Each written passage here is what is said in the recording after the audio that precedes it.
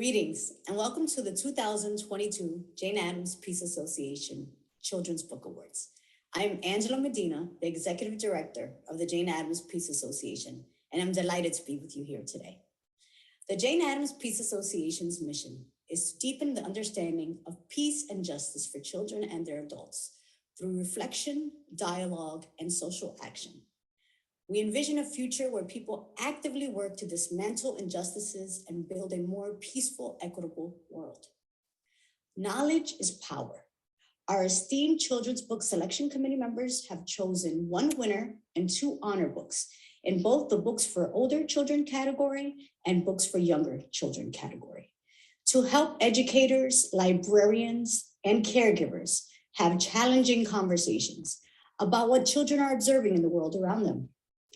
This year, the authors and illustrators truly inspire, captivate, and empower their readers through their stories.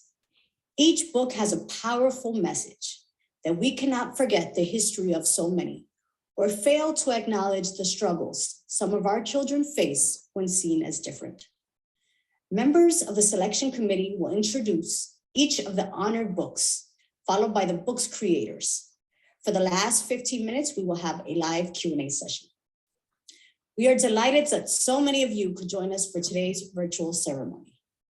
As some of you may know, the Peace Association supports the Books in Their Hands program, for which we raise funds to donate today's award-winning books and past winners to schools and libraries across the country. If you'd like to be a part of this important work, please consider making a donation. Jane Addams Peace Association is honored to partner with the Hull House as co-sponsor of today's event. The Hull House in Chicago was founded by Jane Addams in 1889. Thank you all for joining us today to celebrate our honored books. Now, please help me welcome the Interim Executive Director of the Hull House, Ross Jordan. My name is Ross Jordan. I'm the Interim Director and Curatorial Manager at Jane Addams Hull House Museum. We are so happy to be celebrating these authors today and championing the power of reading and writing to support social change. Hull House Museum is a living monument to Jane Addams, the progressive era social reformers, and their migrant neighbors who advocated for access to education, healthcare, creative expression in the marginalized communities on Chicago's West Side. Founded by Addams and Ellen Gates Starr in 1889, Hull House developed into a 15-building complex that include art galleries, 300-seat theater, Chicago's first playground, and its first kindergarten. At its height, 10,000 residents per week participated in lectures and education classes for kids and adults, attended English language classes, or participated in bookbinding, ceramics, woodworking, and dozens of other art, sports, and music activities. Hull House even served as a local library station with a reading room where books could be picked up and returned. Jane Addams herself was always reading and encouraging those around her to read. She was also a prolific writer, completing 11 books that advocated for peace and democratic ideals. For this work, Addams became the first American woman awarded the Nobel Peace Prize in 1931. Today, the Hull House Museum is happy to partner with Chicago Public Libraries, inspired by the Jane Addams Peace Association book selections. We are amplifying youth and community voices and sharing the legacy of Hull House with thousands of Chicagoans. I want to welcome Lori Frumkin from Chicago Public Library's Children and Family Services. Hello, my name is Lori Frumkin, and I am a part of the Children's Services and Family Engagement Department of Chicago Public Library. I am so excited to be a part of this special event, and I am also thrilled that Chicago Public Library is joining with Jane Addams Hull House Museum and the Jane Addams Peace Association to work towards the joint mission of supporting and empowering communities. We understand the power of books to teach us important lessons, connect us with others, and inspire us to shape our own stories. Chicago Public Library has 81 branches in neighborhoods throughout the city, and in each of these communities, children and people of all ages use the library to read, learn, and engage with one another. The partnership inspired by the work of Jane Addams and the Hull House supports the library's mission to provide programs and resources that strengthen communities. This is especially true this summer as part of the Summer Learning Challenge. Chicago Public Library is proud to feature and share the important books selected by the Jane Addams Children's Book Award, and we are honored to learn from and work together to continue the legacy of Jane Addams.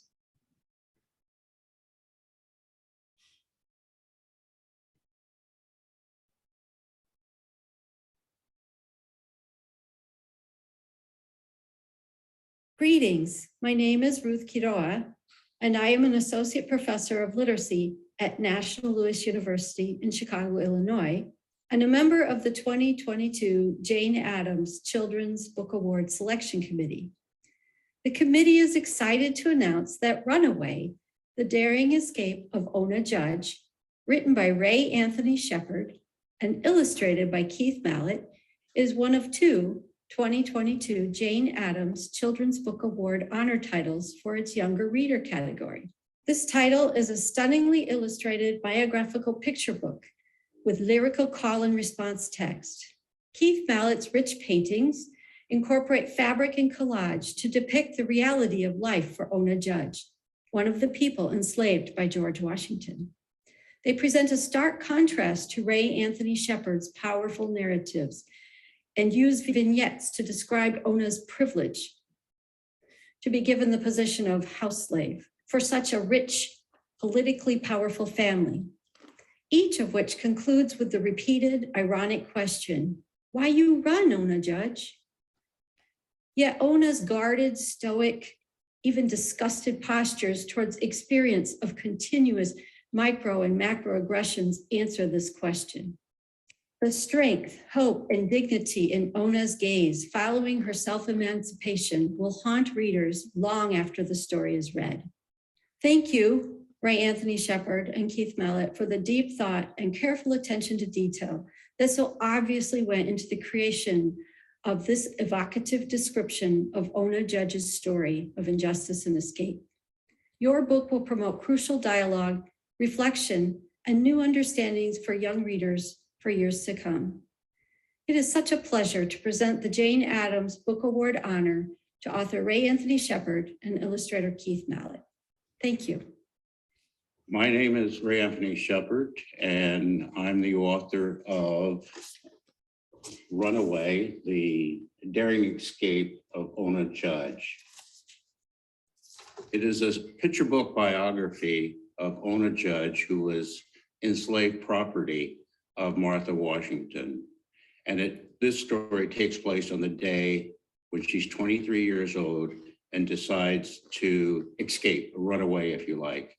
And it asks the question, if you have the best job a slave can possibly have, that is being the personal maid of the great lady of America, why would you run away? And so throughout the story, it raises the question, why did you run away, Ona Judge? Ona Judge, why did you run?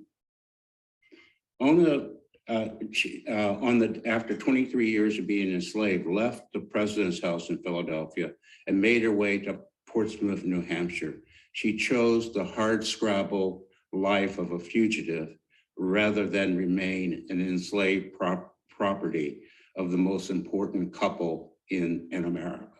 I discovered this story when I was visiting my daughter, youngest daughter, who was studying in Philadelphia, and we made a visit to the president's house, the site of the president's house.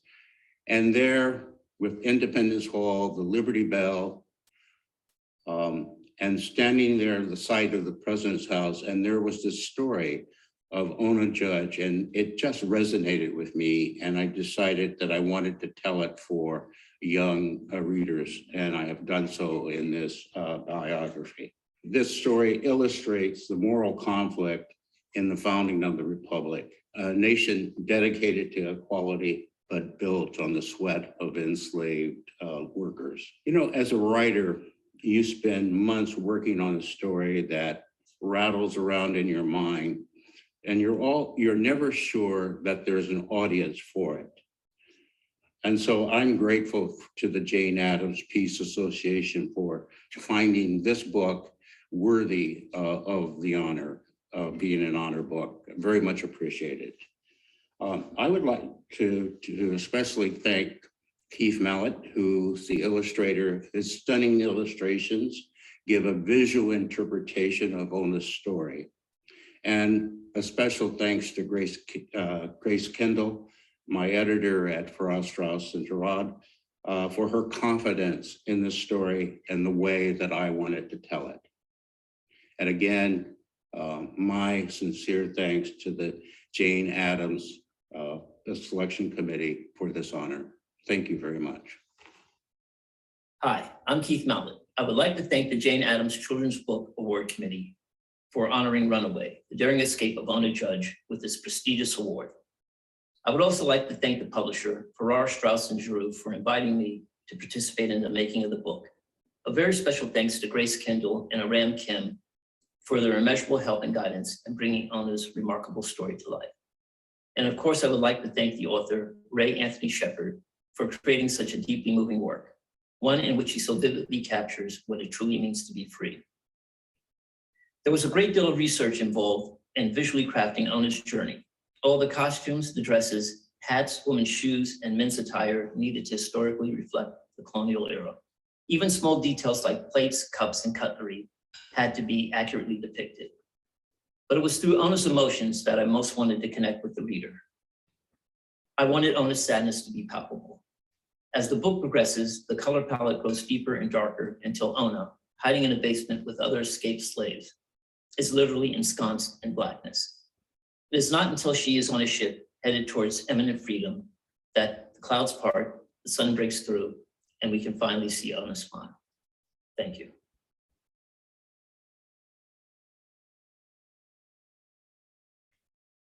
Hello, my name is Shanisha Clark, and I'm a member of the selection committee. I'm introducing the book Unspeakable, the Tulsa Race Massacre. Carole Boston Weatherford and Floyd Cooper teamed up to create an absolute treasure of a book, which remembers the horrors of one of the most violent race massacres in US history. It occurred in the Greenwood area of Tulsa, Oklahoma. This vibrant community, also known as Black Wall Street, was utterly destroyed. The 100th anniversary of the event was in June 2021.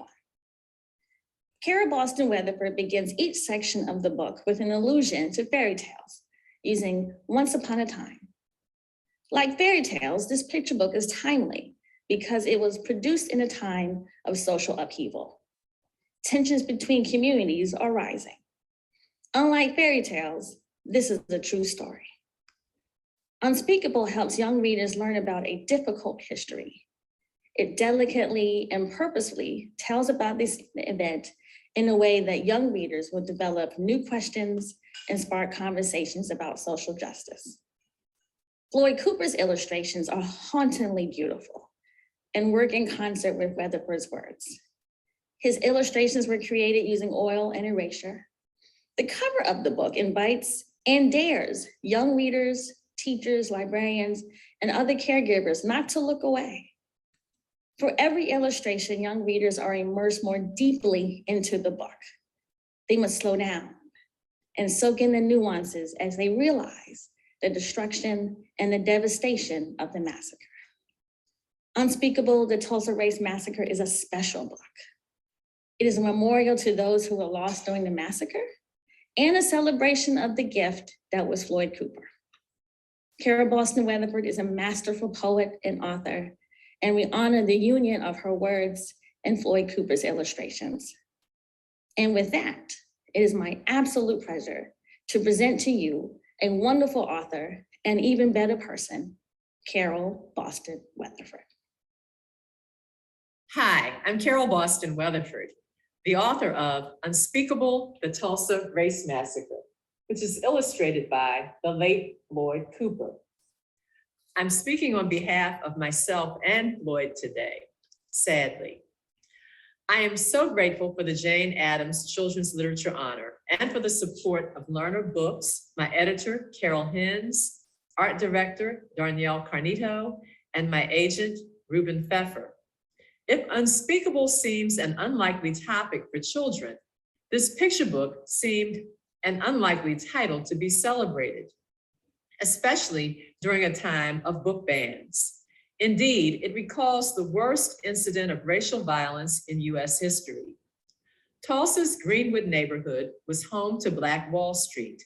The community boasted barbershops, beauty salons, 2 newspapers, 2 movie theaters, over 20 churches, dozens of restaurants and grocery stores, 15 Black doctors, 6 privately owned planes, and the largest Black-owned hotel in the entire nation. But in 1921, a white mob destroyed the nation's wealthiest Black community, leaving more than 300 dead and 8,000 homeless. For more than 7 decades, that's 7 decades, the Tulsa Race Massacre of May 1921 was all but erased from history. When the government finally mounted an investigation in 1996, most survivors of the massacre were long gone. Their voices were never heard, their stories never told, and their losses never measured. My research for Unspeakable took a forensic approach because Tulsa of May 1921 was indeed a crime scene. Through words and pictures, Floyd and I recreate Black Wall Street's heyday and mourn the losses and lasting impact. At its heart, Unspeakable is a lamentation to that place and a testament to the African Americans who built Black Wall Street and to those who lived through or perished in the Tulsa Race Massacre. The Tulsa Race Massacre is no mere memory. Hate violence is not a thing of the past. I hope this honor means that more children will read the book and choose hope over hate. I am blessed that Floyd and I became collaborators, first on Becoming Billie Holiday, a verse novel that I believe I was born to write. However, I believe that Unspeakable, our last dance, so to speak, may be Floyd's crowning achievement, his most important work. When I was drafting Unspeakable, the Tulsa Race Massacre, in fact, even before I drafted it, I asked Floyd to illustrate. He accepted right away via Facebook Messenger with a note that said, "You know I'm from Tulsa. I must do this." Of course, that's exactly why I thought of him. Because of Floyd's roots, I knew that he would bring passion to the difficult subject. Together, we strove to give voice to the victims and the survivors whose stories were never told. I feel so blessed to have worked with Floyd on this project, which is among the last that he saw published during his lifetime. I heard that Floyd holed himself up in the studio for hours working on Unspeakable. I did not know, though, until reading Floyd's note for the back matter, that his own grandfather survived the 1921 massacre and had shared his recollections with Floyd when he was a boy. Floyd poured Grandpa Williams' memories into this work. The resulting art is nothing short of masterful, if you might allow me to say that myself. The Tulsa Race Massacre may well be the truth that Floyd Cooper was meant to bring to light, and Unspeakable, the legacy that he was born to leave us all. I'd like to close with the words of a survivor of the Race Massacre. Viola Fletcher, at 107, testified before Congress about the Tulsa Race Massacre during a hearing about reparations. She was at 107 the oldest living survivor of the massacre. She was just 7 years old when the massacre occurred. So I'm going to quote Mother Viola Fletcher, as she is known. I will never forget the violence of the white mob when we left our home. I still see Black men being shot, Black bodies lying in the street. I still smell smoke and see fire. I still see Black businesses being burned. I still hear airplanes flying overhead. I hear the screams. I have lived through the massacre every day. Our country may forget this history, but I cannot. And Unspeakable ensures that none of us will forget. Thank you very much for this honor and for ensuring that this book will get into the hands of more young readers.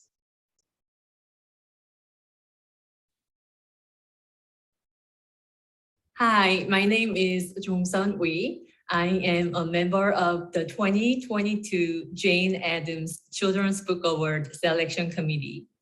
The committee is excited to announce that Strong as Fire, Fierce as Flame, written by Spriya Kalkar, is one of 2 honor books for the older reader category this year.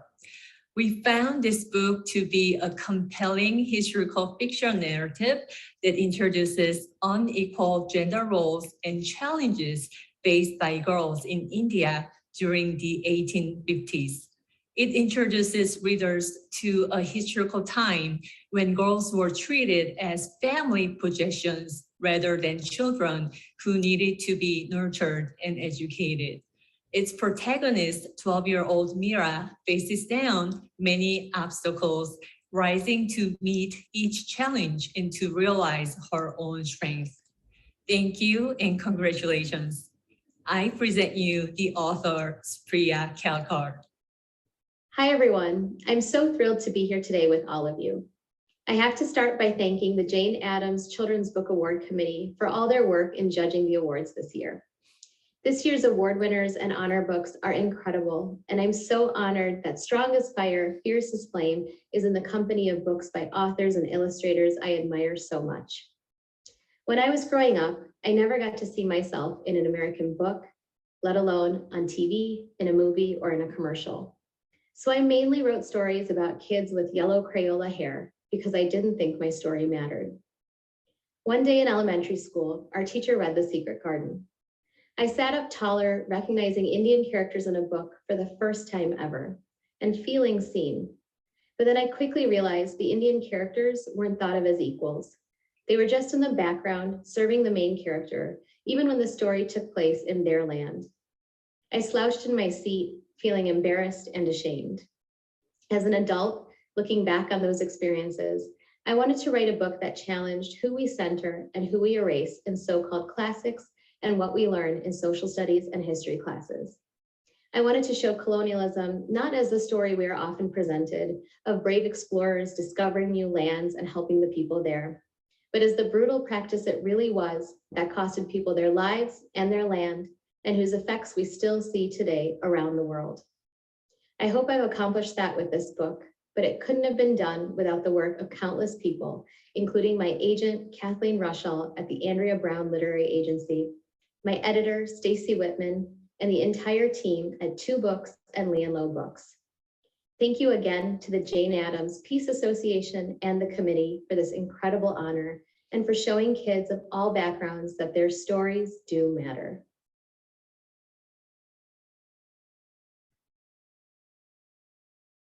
Hola, hello. I am Josie Bustos Pelayo, teacher, adjunct professor, and current chair of the Jane Addams Children's Book Award Selection Committee. Res Dogs by Joseph Bruchac is a timely story that starts at the beginning of the COVID pandemic. The main character, Marion, is visiting her grandparents on the reservation when the lockdown begins and she cannot return home to her parents in Boston. Res Dogs was not only loved by our committee, but also my 6th graders who saw this book as both a mirror and a window For example, when Marion has a class project that requires her to share her story, she states that she didn't want to make people feel bad, but she also wanted to be honest. This sparked a deep dialogue about the importance of learning a true history from multiple perspectives. Mr. Bruchac intertwines important but difficult Native American thematic issues through his masterful writing.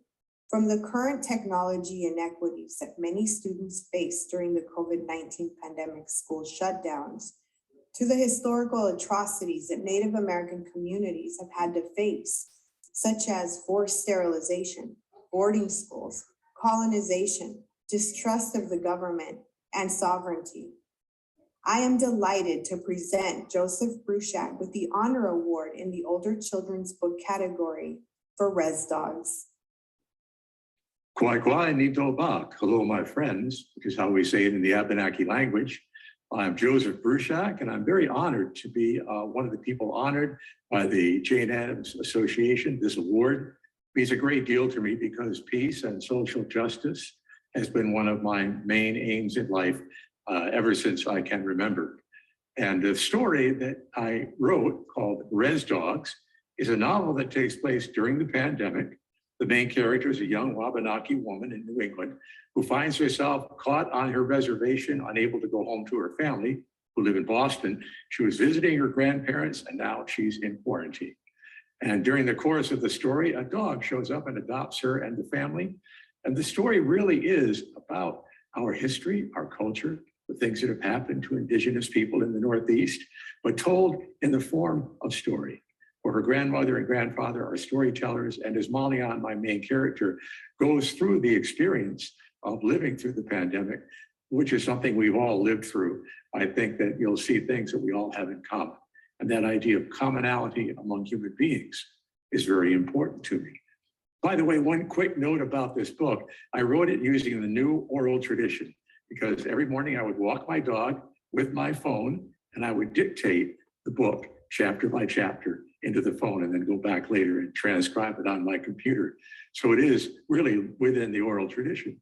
And I am an Abenaki storyteller and writer and draw on the traditions I've learned from my elders and friends for more than half a century in writing this book.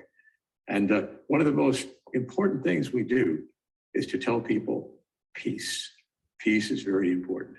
In Abenaki, we'd say, "Olekami genokai," which means make peace or make peace come to you.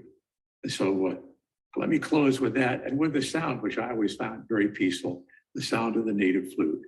This is a song which is called Little Children or Tutuas, and it's the idea of our children are supposed to be protected by the elders, just like the little pine trees are protected by the big trees that shade and protect them.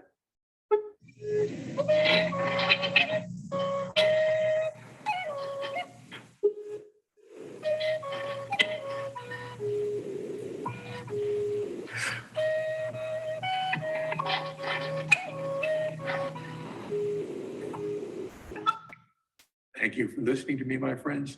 May you walk in peace.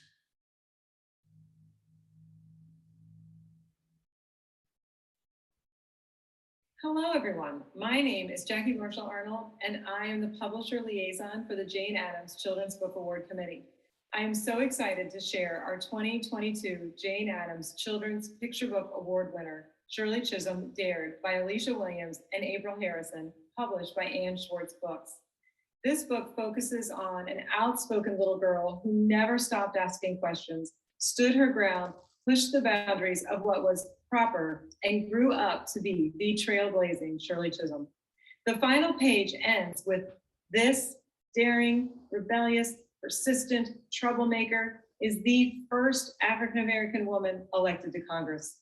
Acrylic and mixed media collage art is striking throughout every page of this award-winning title, from the strong, beautiful portrait of Shirley on the cover, through her round-cheeked childhood, an elegant fashion style punctuated by her posture as she moved through life, becoming a preschool teacher, a school director, a New York State Assemblywoman, and a Congresswoman. This book will make you wonder, where would we be without individuals like Shirley Chisholm, who dared to challenge the status quo and speak up against the injustices in the world, who fought so hard to be heard and seen. It is now my distinct pleasure to introduce to you Alicia Williams and April Harrison, author and illustrator of this amazing title. Hi, I'm the author of Shirley Chisholm Dared, the story of the first Black woman in Congress. My name is Alicia D. Williams, and this is illustrated by April Harrison. I'm so excited to be an author of Shirley Chisholm because Shirley Chisholm represents so much strength, empathy, and she wants to be remembered of all things that she was a catalyst for change. And the way I approach this story for young readers is that Shirley was called a troublemaker, bossy, rebellious, persistent, and too daring. And as an educator, I've been around in classrooms where our little people who asked way too many questions like Shirley was demonized or were called troublemakers or bossy. And all of these negative labels seem to be confining to them. And through Shirley, I wanted our young readers to look at themselves or see a lens of being bossy, being asking way too many questions, being a troublemaker, being persistent, rebellious are amazing traits. So I love for them to flip that narrative around and say, Shirley Chisholm, with those traits, she was a catalyst for change. She watched out for the underdog and she dared to be herself. And I am so glad that Shirley Chisholm Dare is out in the world for you all to enjoy. Receiving the Jane Addams Peace Association Award means a lot because everything that this award represents, the mission, the motto of giving children a platform to have dialogues and reflections, to be change makers, to have empathy, to have respect.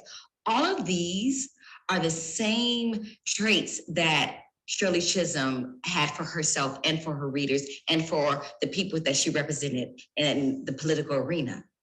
And what is even more important to me, that this award exists because it amplifies stories where we are encouraging children to be themselves, to see the world in a different way and how they can have a place and have a voice in it. So I thank you, everyone on the committee who voted for this book and voted for all the books that represent Jane Addams, and for the publisher for choosing this book to bring out in the world, and my agent as well for believing in me in the story, and the illustrator April Harrison for bringing it to life.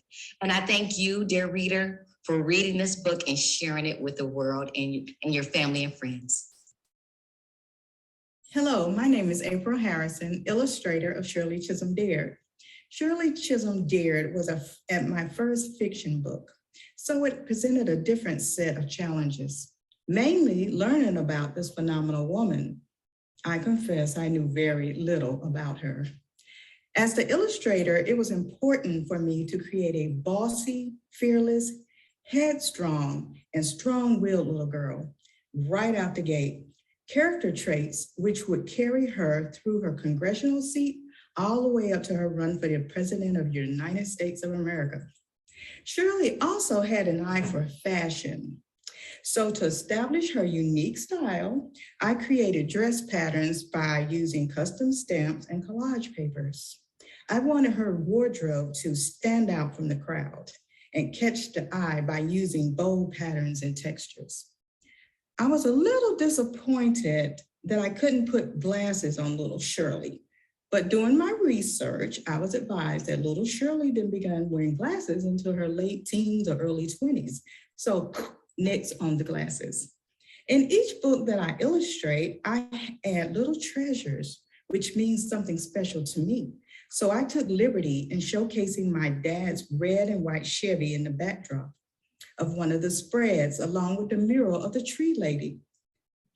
Quick look, Chevy, tree lady mural. You can look it up for yourself as well. Her name was Hattie Cartham. As for the cover, it was our intention to show Shirley as the determined, extraordinary, unapologetic, daring, unbought, and unbossed pathmaker that she was. To the amazing writer, Alicia D. Williams, everyone at Schwartz Books, my agent, Regina Brooks of Serendipity Inc., my photographer, Eli Warren, and Simone from the Shirley Chisholm Foundation. But most of all, I'd like to thank the Jane Addams Peace Association's Award Committee for accepting the assignment and selecting Shirley Chisholm Dared as the 2022 winner in the Books for Young Children category.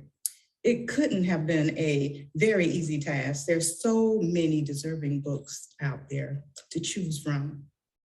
Your recognition is truly appreciated. I thank you, I thank you, I thank you.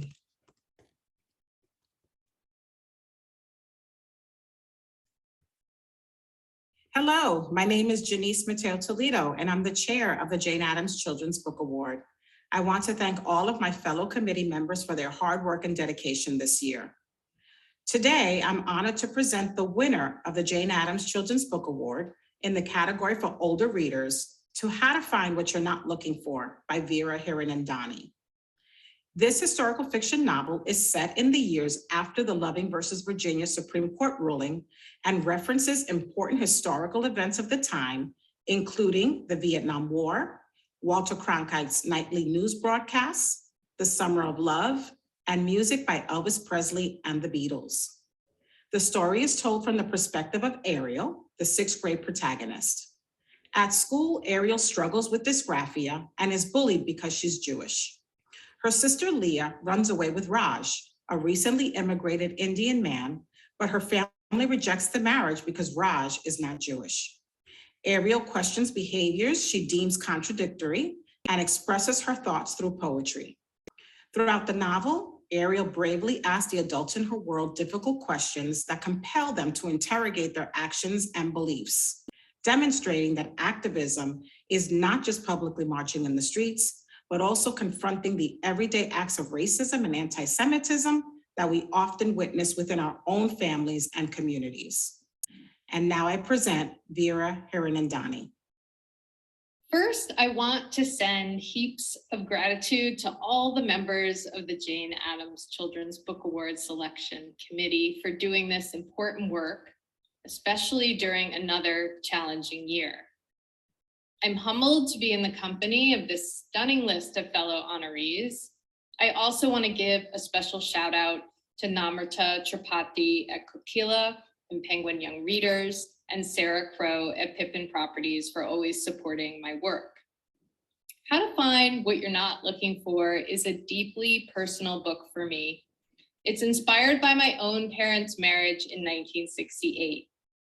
This book idea actually started from a conversation I had with my editor a few years ago about the 1967 Loving versus Virginia ruling, which banned all laws against interracial marriage in the US.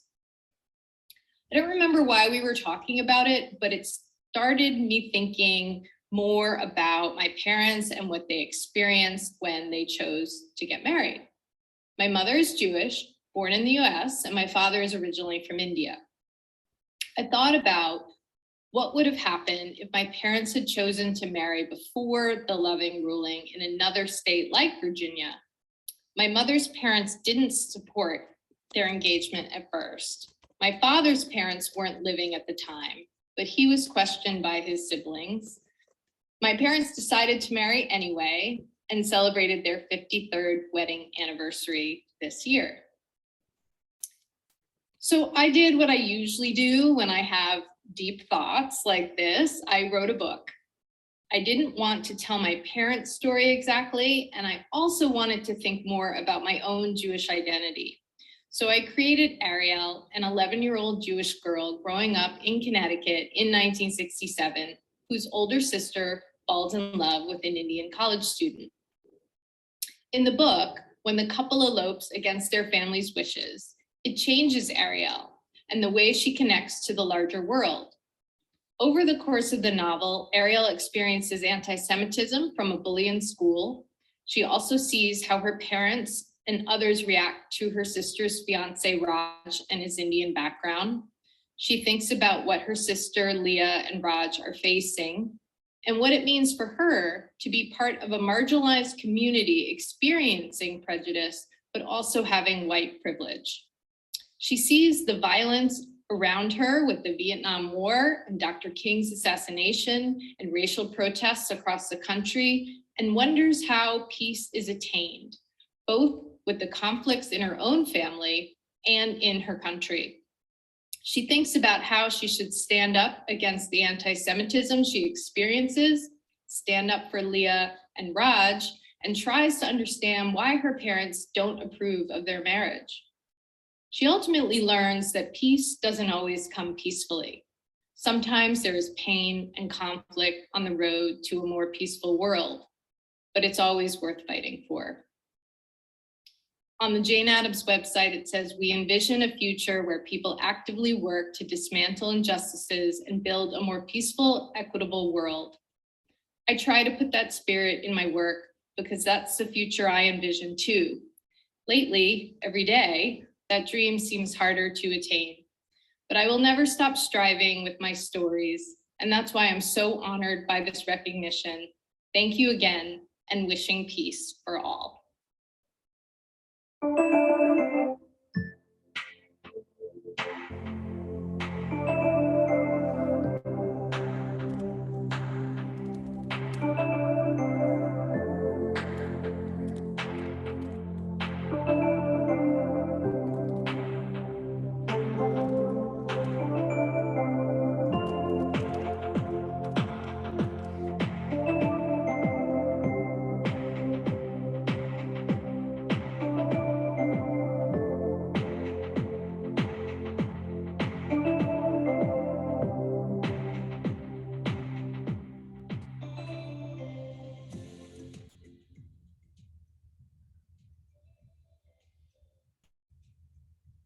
Thank you, everyone, for joining us today. It has been truly powerful to hear from all of our authors and illustrators in their words. Congratulations to you all. We are very proud of the work that you have created and continue to create.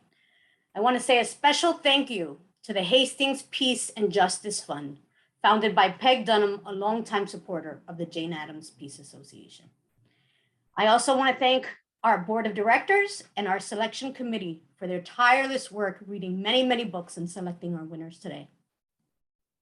3 of our selection committee members are rolling off of the committee, so I just want to say a special shout out to Melissa Garcia, Barbara Ward, and our outgoing chair, Janice Mateo Toledo. Without further ado, I want to ask our authors and illustrators to please share your video and put yourself on mute as we enter our Q&A session. Introducing Janice Mateo Toledo, who is our outgoing chair, who will lead this session. Janice? Hello, everyone, and welcome to our Q&A session. I'm so thrilled to be here in community with all of you and our esteemed authors and illustrators. We don't have much time together, so I'm going to get right to the questions. So my hope is that our authors and illustrators, if you feel that you want to answer that particular question, please just unmute so that we can be in conversation together, okay? So our first question is, how important is it to write these books during a time of book banning?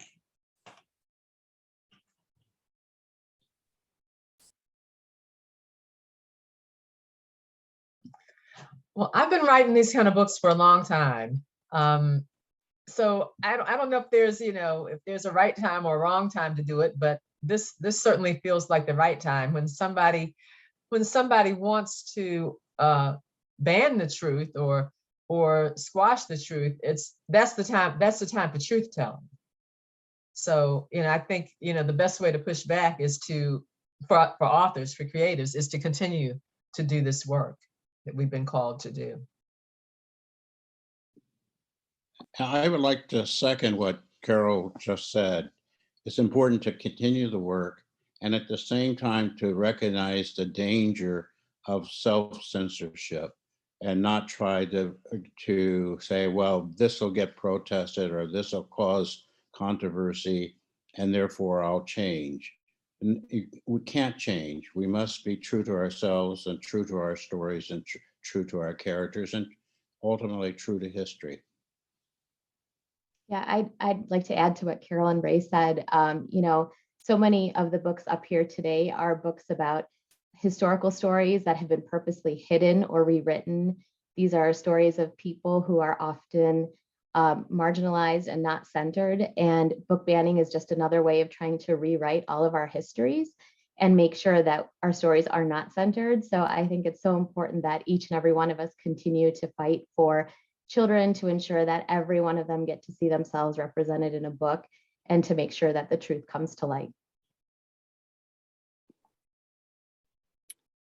Yes, and I agree with what everyone said, and thinking just about the historical context of that maybe it's even, I mean, it's certainly important to keep telling stories in the present, but also to make sure that these histories are known, which is, in very specific ways in all the point of views that are represented here and more. So maybe historical writing is one way to do that. I feel that book banning has always existed. They just never called it book banning. They just omitted our stories. They didn't teach our stories, and they either whitewashed it or just didn't offer the stories. And now we're so with social media and as well as political voices making a fight. Yes, they're calling it. They purposely are telling you, I'm not telling your story. But as publishers and writers and illustrators, and even this committee voting on books that say, yes, these stories exist, we are the gatekeepers of history, and we are history change makers. And that's what we're doing. I feel like if we're taking up the mantle, we're also giving others permission to take up that mantle and fight as well and say, yes, these stories exist. And the truth always comes out. I found a way to find my history through a back door. And these stories existing on shelves, and we're finding a way to keep them on the shelves. Somebody's going to find the story, and the truth of it is always going to come out. So it's so important that we continue on. Yeah.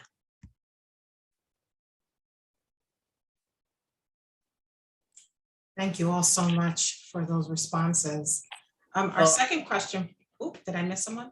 Well, I was the illustrator of the book. I just wanted to say that although I didn't write the book, and I illustrated the book on George Washington's slave, I had no idea that George Washington was even a slaveholder, and I think that's shameful. That, I mean, it just should be a fact that every American should know. And I went through school and I just had no idea.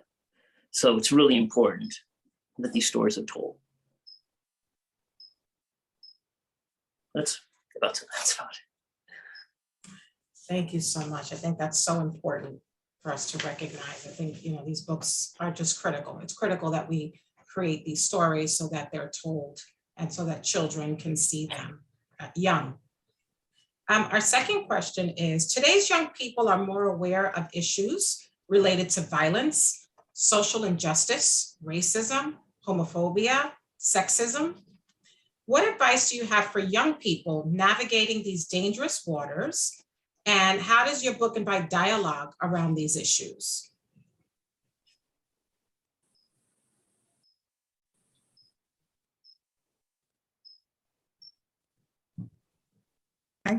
I guess I'll start, okay? I believe in each generation, we always will be faced with challenges.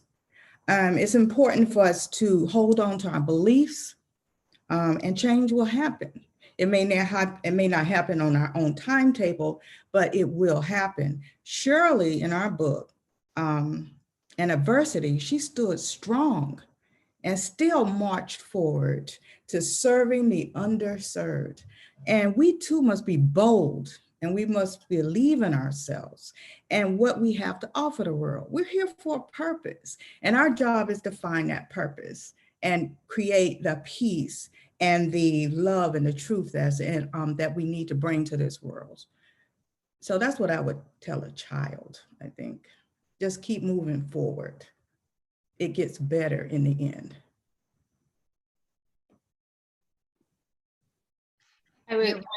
Sorry. Go ahead, Vera. I was thinking, I think Ray had said it, but just that idea of self-censorship and how important it is to tell our stories in the most specific and nuanced point of view that we can, because that is really what models to young readers, you know, that their very specific individual story matters, and it is a necessary part of the larger community. And so they won't sort of censor themselves and see themselves, you know, as having as just mattering as part of the fabric of society. So I think it's just really important to get into whatever very specific point of view feels most personal and most important to us as creators, and then share that. Speaking of It's important. You want to go ahead, Alicia? I just quickly. Thank you, Okay, Carol. go ahead. For young people, I think so much, you're right, they do soak it in. They are aware of it. They're aware of this toxic environment. They're aware of the climate. They're aware of being challenged on their sexuality and identity. All of these things, they are aware of it. And one thing we do as authors, we are limited with our words and our illustrations and our school visits. So when we have these conversations, because we're able to go to the schools when we're invited, we're able to post something on social media, but we know that our reach is kind of limited.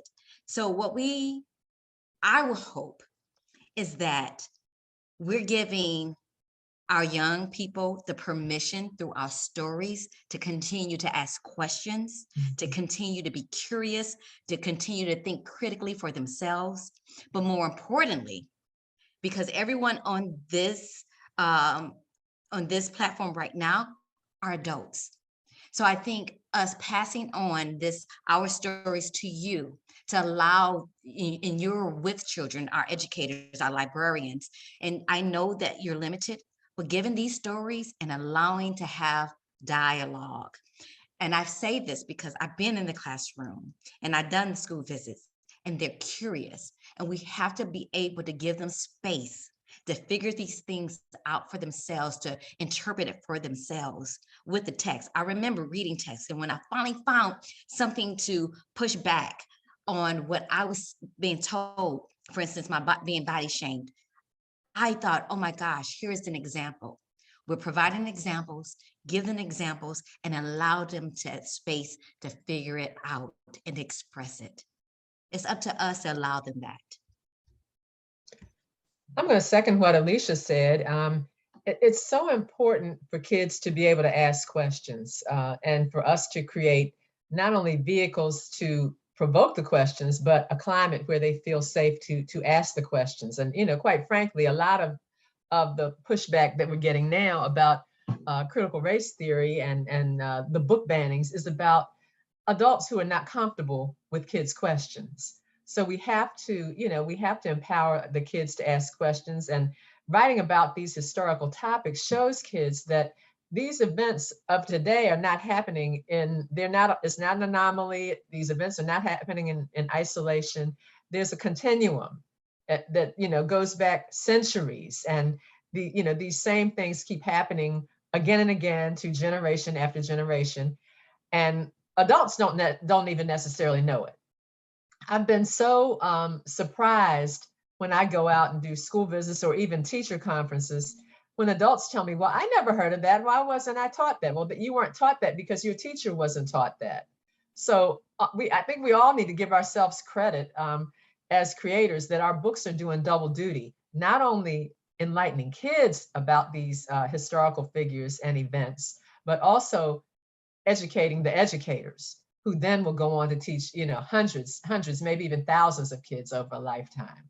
So I think, the questioning is important, and educating the educators is important as well.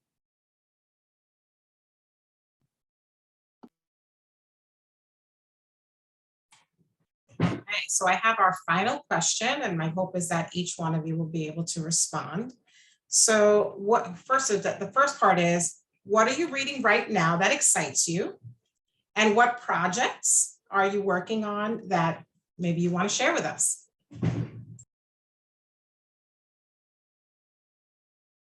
Well, I'm reading The Last Mapmaker by Christina Soontornvat, who is last year's winner in the older children's category. I'm always excited to read her work.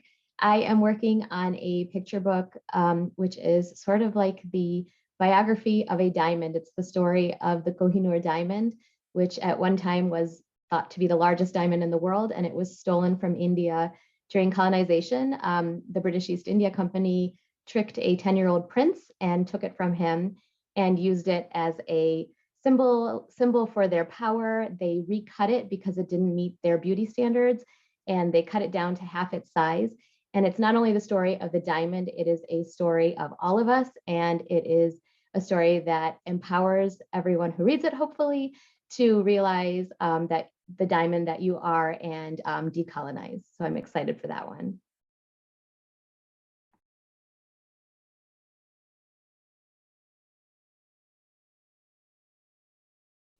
Well, I'll step up. Instead of what I'm reading, I want to share with you that my wife and I are on a tour of civil rights sites, and it relates to a book that I'm currently working on.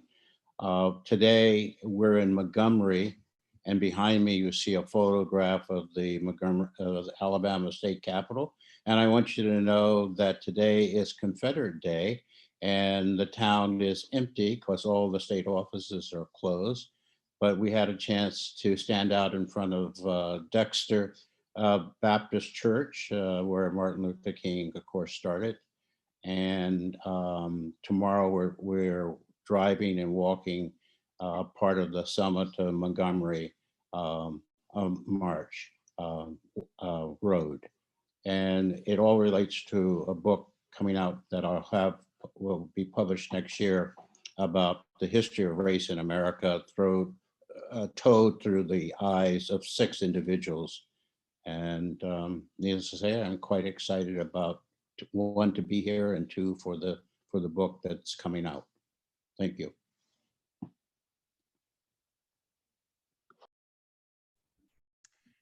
And I am currently reading, I read so diversely, and right now I'm reading adult story, rereading the Salvage the Bones by Jasmine Ward. I just think her writing is such beautiful writing. It's mentor text for me. Like, how does she do it? And that's why now I'm not reading it for enjoyment, but I'm reading it for understanding. And I'm working on a story, a novel in verse, and about 2 boys who are dealing with growing up and what boys do, but their friendship is being tested. And so they go on this great epic summer to try to bridge their friendship. And you don't know if they will, but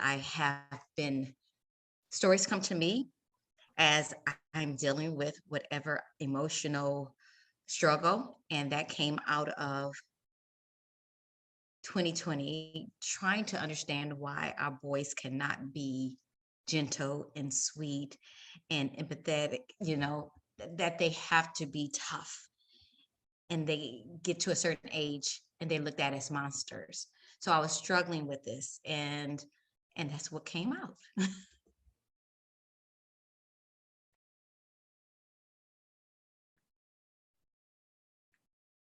All right, so I'm reading a book by Saidiya Hartman. I wish I could remember the title of it. I think it's Wayward Women or Wayward Lives, and there's some more of the title.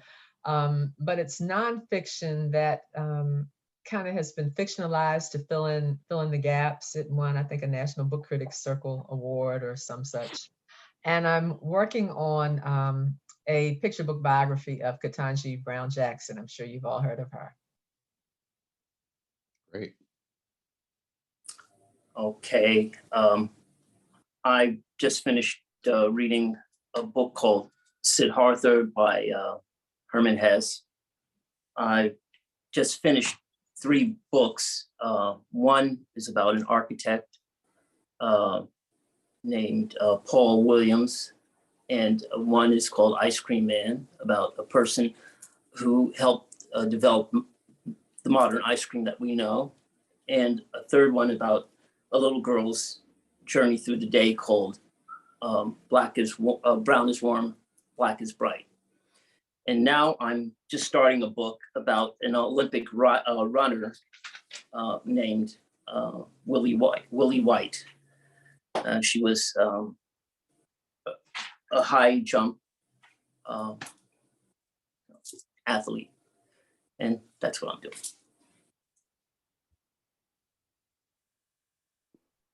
I'll jump in. I recently read Sitting in St. James by Rita Williams Garcia that just kind of blew my mind. Incredible book. And I am working on a sequel to The Night Diary, which was a Jane Addams honor book. And so just following the family, looking at kind of what happens after the crisis, because, often because of the way stories work, we sort of follow the crisis and do the people survive or not, and then the end. And so what happens after that? What happens to the survivors? How do they rebuild their lives? And so looking at the partition that way, but certainly thinking about kind of the post-pandemic world, it's hard not to think about, well, what happens after? And we're still sort of in it and figuring it out, but thinking about those themes.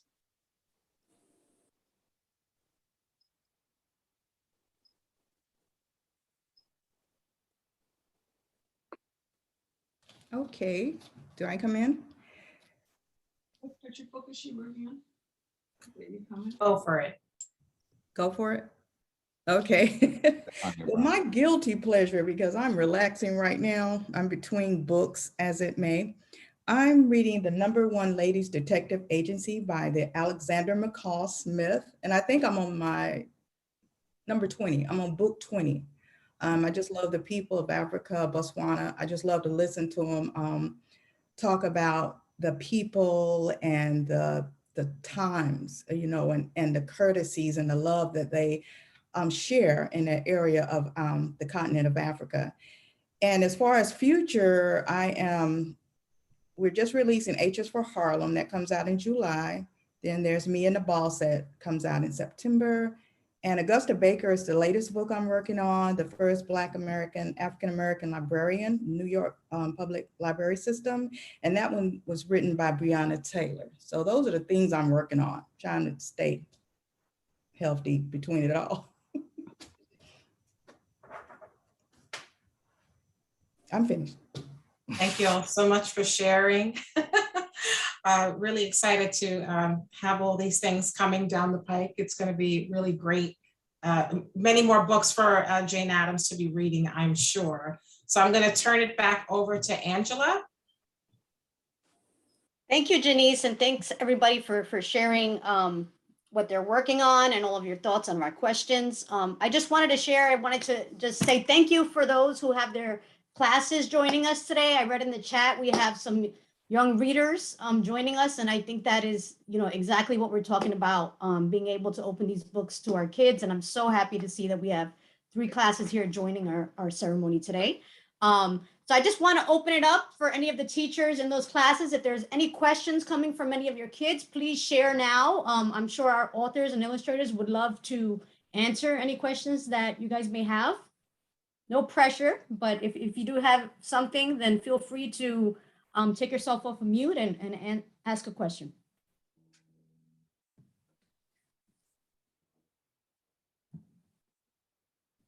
If not, it's okay. But thank you again for having their presence here. It is so important. Thank you. And another congratulations to our winners and our honor books. And I do want to do one more shout out that I did forget is our co-sponsor, the Whole House, which has been tremendous in making this happen today. And we are looking forward to an ongoing collaboration with the Whole House, Chicago Public Libraries.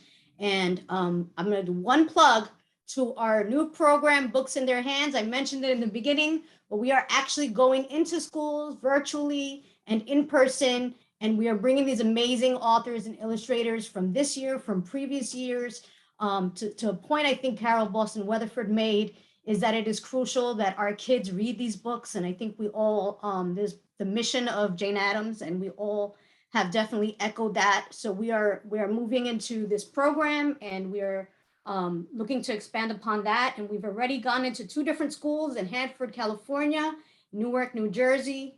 It was quite amazing, and looking forward to partnering with libraries and getting more Jane Addams books as visiting authors to speak to libraries. So thank you all. Thank you for coming to the ceremony. Have a great day.